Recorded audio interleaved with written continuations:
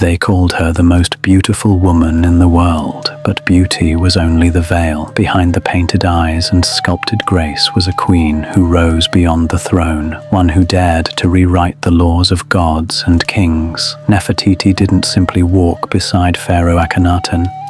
She ruled with him side by side, reshaped Egypt's beliefs, and in the process lit a fire that scorched the altars of tradition. And then she just vanished. No tomb, no body, just silence. Was it power and secrecy? Welcome to various eras in time. Tonight we embark on this journey of the ancient Egyptian Queen Nefertiti, shrouded with her divine and mysterious disappearance. Now let's dive in on this ancient path. But how does a queen of such power and presence simply disappear? How does the woman who once gazed from every temple wall, whose name was etched in gold beside the gods, become a ghost in her own kingdom? Some believe she died in disgrace. Others whisper she became Pharaoh herself, ruling in disguise. And then there are those who say she never died at all, that her legacy was buried on purpose, that someone, perhaps many, wanted her erased. In a world where queens were expected to stay silent, Nefertiti stood shoulder to shoulder with a pharaoh who defied the gods themselves. She wasn't born to be ordinary and submissive like most Egyptian queens from the past. Her name meant the beautiful one has come. And when she appeared on the grand stage of Egypt's 18th dynasty, she did more than adorn the throne. She transformed it. Beside Akhenaten, a ruler so radical he shattered centuries of tradition, Nefertiti didn't merely support his vision. She embodied it. Together, they abandoned the old gods, the sprawling temples of Amun and the capital of Thebes. They built a new city, Akhenaten, the horizon of the sun, where they worshipped one god alone, the Aten, the sun disk. In towering stone reliefs, Nefertiti appears not as a background figure, but as a co-sovereign. She smites enemies. She wears the blue crown of war. She performs rituals once reserved for kings. Egypt had never seen a queen like her, but was this power shared or taken? Akhenaten rose like a mirage from the desert, built with impossible speed, shimmering with limestone and devotion. But beneath the radiant glow of Aten's rays, a shadow was growing. Akhenaten's religious revolution had upended everything. Temples were shuttered, priests were cast out, the old gods were declared obsolete, and while the royal couple basked in their new theology, the rest of Egypt simmered in quiet revolt. Nefertiti, once beloved for her beauty and grace, was now seen by many as complicit in her husband's heresy. But what no one knew was just how deeply she had woven herself into the fabric of power. She wasn't simply Akhenaten's queen. Some evidence suggests she was ruling in his place as he became more isolated, even reclusive. Was he ill? Was she protecting the kingdom from collapse? Some scholars whisper of a co-regency, others of a silent takeover. And just as her influence seemed absolute, she vanished. One moment, she stood beside the pharaoh, a radiant figure carved into temple walls, her chin high, her gaze fierce. And then, nothing. Nefertiti's name disappeared. Her titles, her imagery, her very existence seemed to be erased, not gradually, but as if wiped clean in a single, chilling breath. Official inscriptions ceased. Statues were recarved. Records, those ever-watchful keepers of legacy, grew silent. How does a queen so powerful vanish without even a tomb to mourn her in? Some believe she died suddenly, a victim of plague or court intrigue. Others argue her fall was political. Perhaps she opposed Akhenaten's crumbling rule or threatened the ambitions of those lurking behind the throne.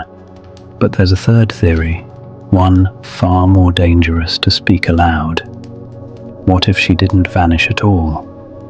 What if Nefertiti transformed into someone else entirely? In the final years of Akhenaten's reign, whispers spread through the desert winds of a mysterious figure who emerged beside the dying king. A ruler cloaked in ritual but shrouded in ambiguity. His name, Smenkhkare, a pharaoh who appeared suddenly and disappeared just as fast. His rule lasted no more than a few years, if that. His origin? Debated. His tomb? Unconfirmed. His identity? A riddle wrapped in limestone and lost dynasties. But here's the haunting twist. Some Egyptologists now believe that Smenkhkare was Nefertiti. That she didn't die or vanish. She adapted. She put on the double crown of Upper and Lower Egypt, shed her name and ruled not as queen, but as king. Think about it. A female pharaoh wouldn't be the first. Hatshepsut had done it centuries earlier.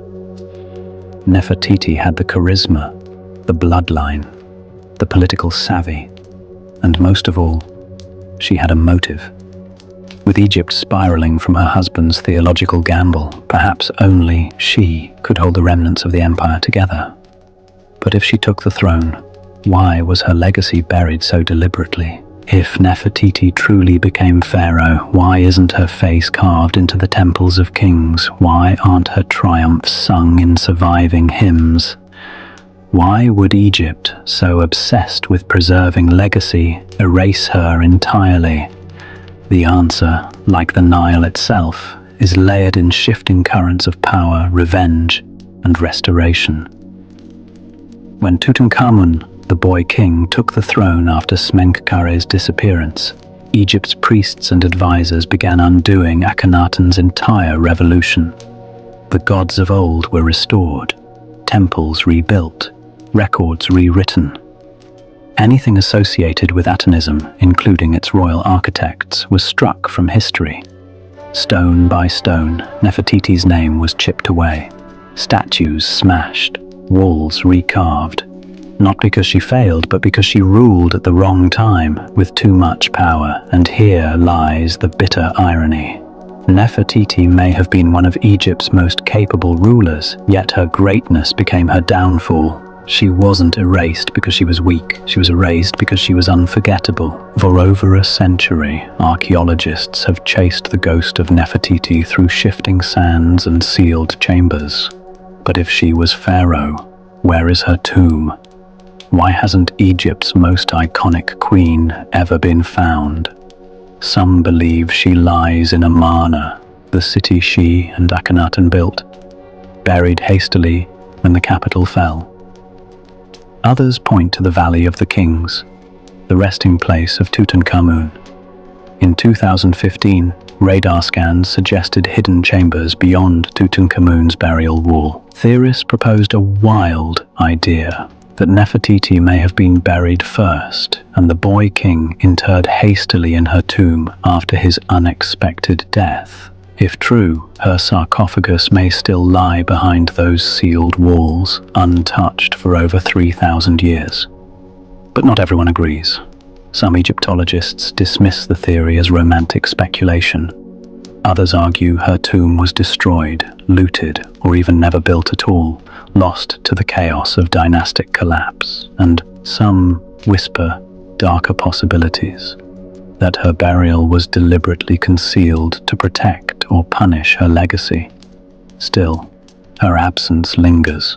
In a land obsessed with eternity, where tombs were crafted like time machines and names preserved in gold, Nefertiti's missing grave is an archaeological mystery. For centuries, Nefertiti has been frozen in time by a single image, her iconic bust, discovered in 1912, with its elegant neck, perfect features, and serene confidence. But behind that face was a woman far more formidable than the statue suggests.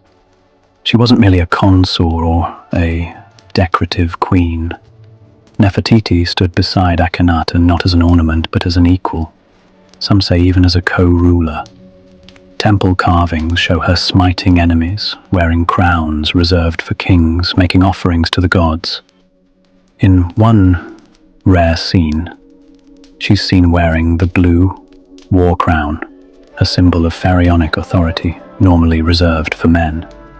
That wasn't an accident. That was a statement. Some scholars argue she ruled alone under another name, Nefertiti, a mysterious monarch who reigned briefly after Akhenaten's death and before Tutankhamun. The records are murky. The names overlap. The truth lost in scratched-out cartouches and deliberately broken monuments. If Nefertiti did rule, she would be one of the few women in history to rise from queen to pharaoh, an unprecedented leap in ancient Egypt's male-dominated hierarchy. But why hide that? Perhaps the priest who hated Akhenaten's monotheistic revolution wanted her legacy buried along with his. Perhaps rival factions erased her name to strengthen Tutankhamun's rule. Or perhaps Nefertiti herself chose to disappear, reshaping her identity in a last bid for power and survival. What's clear is this: behind the serene mask was a woman of steel, a politician, a strategist, a survivor, a queen, and possibly king. And then she vanished. No royal burial recorded, no tomb uncovered, no inscription proclaiming her death. For someone as powerful, as present, as monumental as Nefertiti, the silence is deafening. After year 12 of Akhenaten's reign, her name faded from official records. No more temple carvings, no more statues, no more prayers. So deliberate, so abrupt, it feels almost surgical, as if someone wanted the world to forget she ever existed. But why? Some believe she died suddenly, perhaps in childbirth or from disease, and her death was quietly mourned amid a crumbling regime. Others think it was political. After Akhenaten's religious revolution began to fail, she was removed from power to restore balance and pacify the angry priests of Amun. And then there's the most chilling theory of all, that Nefertiti didn't die, that she changed her name, became Pharaoh in disguise, and ruled from the shadows during Egypt's most unstable moment. Was she Neferuaten, the mysterious ruler whose tomb has never been found? Did she outlive her husband? Was she murdered in a palace coup? Or was she buried in someone else's tomb, her name struck from history to keep her secret sealed in stone? The truth remains entombed, all these theories unanswered.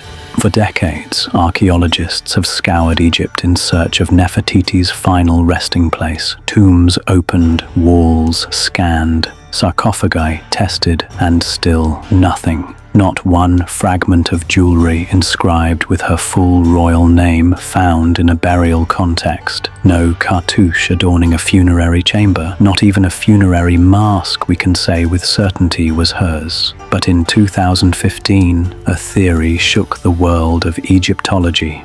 British Egyptologist Nicholas Reeves proposed that Nefertiti's tomb might be hiding in plain sight, behind the walls of Tutankhamun's own burial chamber.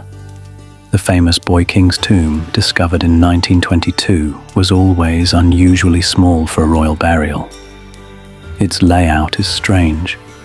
The decorations rushed, almost as if it wasn't meant for him. Reeves noticed hairline cracks and outlines behind the plastered walls of the tomb, suggesting sealed doorways. Doorways that may lead to hidden chambers. And what if one of those rooms was Nefertiti's? The idea was radical, electrifying, but the implications? Terrifying, because if true, it would mean Egypt's most iconic discovery. King Tut's tomb was just the antechamber to a much greater mystery. For over a century, the world had walked through the wrong doorway. That Nefertiti had never left us. She had simply waited, silently, just beyond the wall, When Reeves's theory reached the Egyptian Ministry of Antiquities, excitement turned to cautious obsession. Ground-penetrating radar was brought in. Teams of scientists descended into the Valley of the Kings, instruments humming beneath layers of stone and time. The scans. They revealed anomalies, voids, empty spaces concealed behind the north and west walls of Tutankhamun's tomb. The world held its breath. Was this it? The untouched burial of Egypt's most enigmatic queen? Could Nefertiti, the woman who ruled beside a god, who vanished without a trace, finally be found just meters away from the most famous archaeological discovery in history? But politics, preservation concerns, and academic rivalries began to slow the momentum. The Egyptian government issued conflicting reports, first confirming hidden chambers, then denying their existence. Debate raged across universities, museums, and news outlets. The tomb was too fragile, some said. The evidence is inconclusive, the risk too great, and still the wall remained closed. Let's ask yourself, why would such secrecy shroud this possibility? Why such hesitation to break through plaster and open a doorway? Could it be fear of what lies on the other side? Not just a body, but a rewriting of history, a truth too powerful, too disruptive. Because if Nefertiti lies beyond that wall, we are not just unearthing a queen, we are reopening a lost chapter of power, religion, and rebellion that empires tried to erase. If Nefertiti wasn't buried in glory, could it be because she never truly died? Another theory, as compelling as it is controversial, has gained traction among historians and Egyptologists alike. Nefertiti didn't vanish, she transformed. After the death of Akhenaten, Egypt stood on a precipice. The heretic Pharaoh had shattered religious traditions, moved the capital, and turned centuries of belief upside down. Chaos loomed, power had to be maintained, and so some believe Nefertiti took on a new name and a new identity. That name was Smenkhkare, a pharaoh whose rule was brief, enigmatic, and poorly documented. The statues show an androgynous figure. The records are confusing, filled with contradictions. Was Smenkhkare a man, a woman, a co-regent, or successor? Some argue that this unknown pharaoh wasn't unknown at all. It was Nefertiti, cloaked in ceremonial disguise, stepping into a role forbidden to most women, Pharaoh of Egypt, in her own right. Think of the audacity. A queen becoming a king.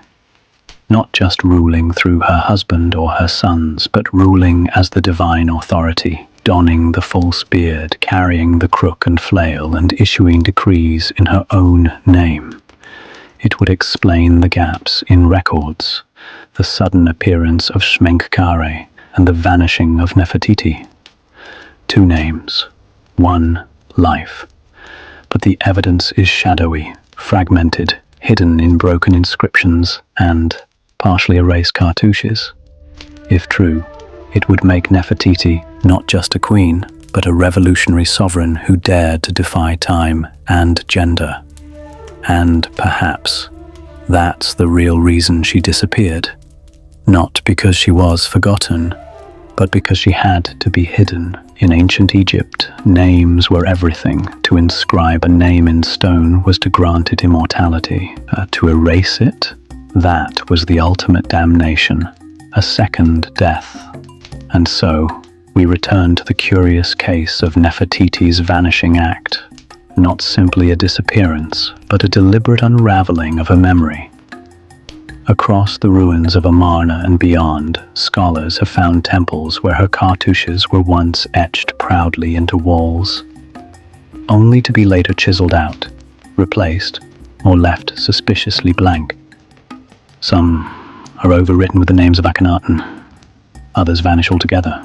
No ceremony, no burial inscription, just silence.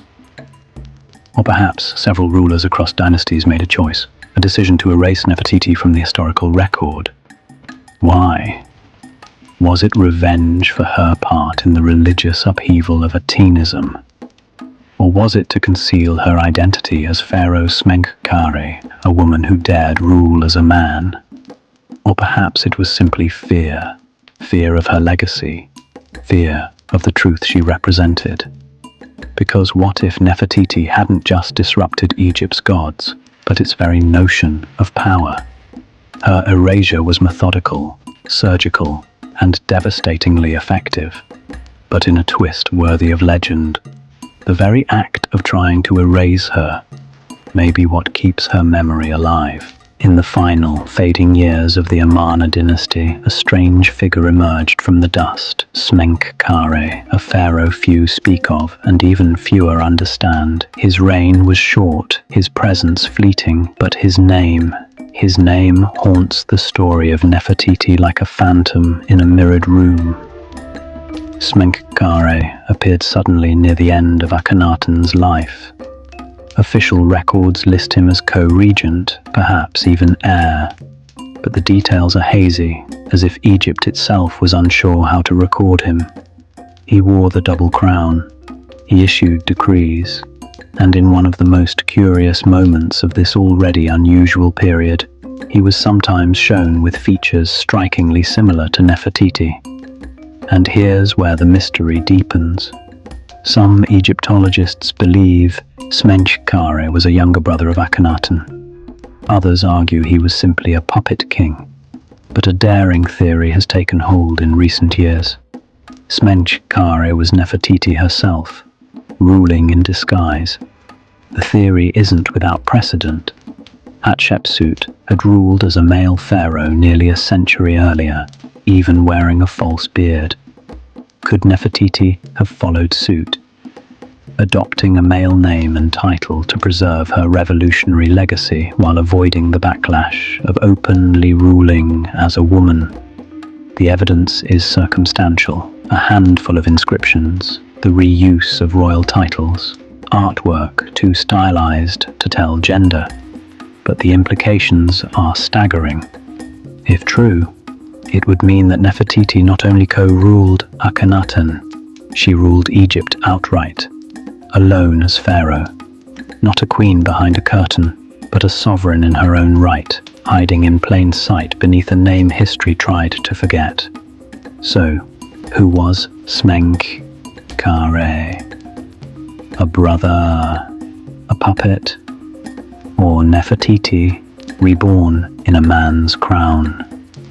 The truth may be buried in a tomb yet unopened, or in the silence that always follows when power rewrites its own history. In the deepest chamber of the Valley of the Kings, silence hangs like a veil, thick, heavy, and unbroken for millennia. But not long ago, in the very walls of Tutankhamun's burial chamber, a possibility stirred the world of archaeology. Radar scans, subsurface anomalies, lines in the stone where none should be.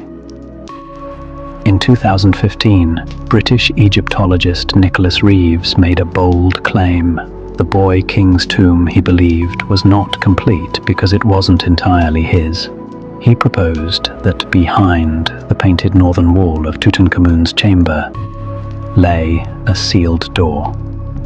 And beyond that, the untouched tomb of Nefertiti. The theory set the world on fire. Teams rushed to rescan the walls, to measure heat signatures and analyze microfractures. Some readings showed empty spaces, others nothing at all. The data was tantalizing yet inconclusive, but the idea refused to die. Why? Because it fits. The odd shape of the tomb, the missing grandeur, the altered inscriptions. Even the artwork, scholars argue, bears the stylistic mark of Nefertiti's Amarna period, where she ruled not as a consort, but as pharaoh in her own right. If her tomb lies hidden just beyond a painted wall, then history itself may be waiting behind plaster and pigment. But digging is not so simple. The tomb is fragile, priceless. and politics, heritage concerns, and scientific caution have frozen any invasive exploration. And so, we wait for one more scan, one more permission slip, one moment when silence finally cracks. Because if Nefertiti lies just beyond the wall, whole, crowned and undisturbed, then her story isn't over. Imagine this: the most powerful woman in the ancient world, and we still don't know what she looked like. There are statues believed to be her. Reliefs were thought to depict her. But in truth, Nefertiti's image remains a puzzle. Mismatched features, missing names, defaced crowns. A queen remembered in whispers, not portraits. And that's no accident. After Akhenaten's death, the empire sought to erase his legacy. The temples of Aten were dismantled, names were chiseled from stone, and Nefertiti, once the luminous face of a revolution, had vanished from record with surgical precision. Why? Because power is dangerous, especially when it belongs to a woman who ruled too well. And yet, Nefertiti persisted not in tombs or scrolls, but in echoes. In a bust unearthed in Amarna, with eyes that still seem to watch you. In reliefs where her name was replaced, but her posture remained. In whispers of a female pharaoh who dared to take the throne. Not beside a man, but above one. She may not have worn the false beard of kingship in public. She may not have carved her name on every wall, but her fingerprints are everywhere in the art, the policy, the silence that followed. Nefertiti didn't just disappear, she was hidden, and perhaps she chose it that way. Because the greatest power is not always in being seen, but in shaping what is never forgotten. And so we return to the silence, the emptiness where Nefertiti's tomb should be, the shattered records where her name once stood, the sculpted bust that survived 1,000 years, yet still guards its secrets behind an unfinished eye. Was she erased? Or did she erase herself?